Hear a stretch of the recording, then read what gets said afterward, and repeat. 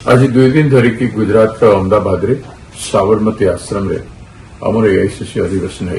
गतकाली CWC meeting थला।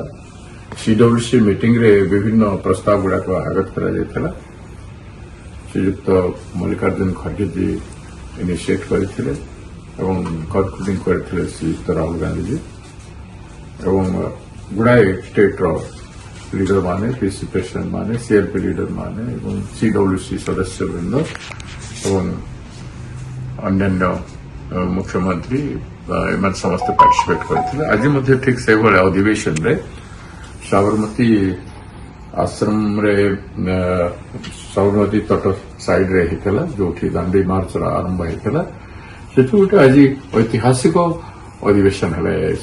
समग्र भारत वर्ष हाराहारी 4,500 5,000 आमर निमंत्रित एआईसीसी सदस्य एवं निमंत्रित सदस्य, CWC member, PCC president, CLP leader आदि अन्यान्य विभिन्न एमएलए एमपी मिनिस्टर मध्य निमंत्रित थे, समस्त उपस्थित थे। ओडिशार हाराहारी आमर 80 ରୁ 90 जन आसते आमर अधिकांश एमएलए आसते एवं पार्टिसिपेट करते। आज प्रस्ताव आगत कले श्रीयुक्त सचिन पायलट जी प्रस्ताव आगत करते। गोटे पर गोटे वक्ता से प्रस्ताव उपर आलोचना करते।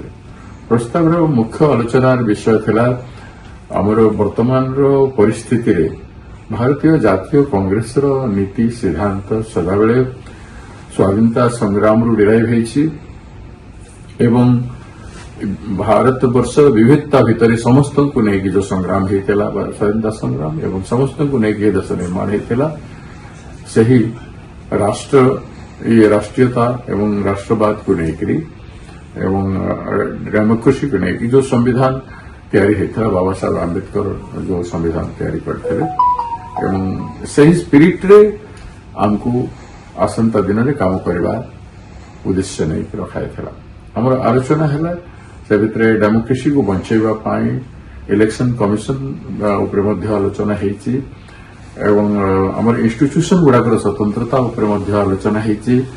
आमर कृषि नीति केमती हबार कथा, कृषक मान समस्या कौन अच्छी, युवक मान समस्या केमती अच्छी, मजदूर एवं विभिन्न श्रेणी काम करुवा लोकंकर मध्य आज कौन सी अवस्था अच्छी ए देशर सबू विषय वस्तु पर आलोचना था। महिला मानकर एट्रोसिटी उपर मध्य आलोचना होता एवं सबुठ बेसी गुरुत्वपूर्ण है न्यायपथ। न्यायपथे संकल्प, समर्पण एवं संघर्ष ए तीनटा उपर बहुत आलोकपात होता। विशेषकर मुख्य वक्ता माने तारी उपर आलोचना करते एवं तारी उपर श्रीयुक्त राहुल गांधी जी आम पूर्वतन सभापति एवं आम वरिष्ठ नेता बहुत गुरुत्व देकर आलोचना करते। से भोटिंग सर्वसम्मति क्रम पास था।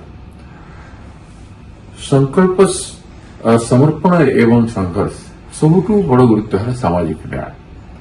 न्याय पथरे देशर समस्त विषय वस्तु देशवासी को न्याय देवाई, प्रत्येक क्षेत्र में न्याय देवाई आज बीजेपी शासन काल रे सबु क्षेत्र जो अन्याय है तेणु से सबु क्षेत्र में न्याय देवाई आमर संकल्प है।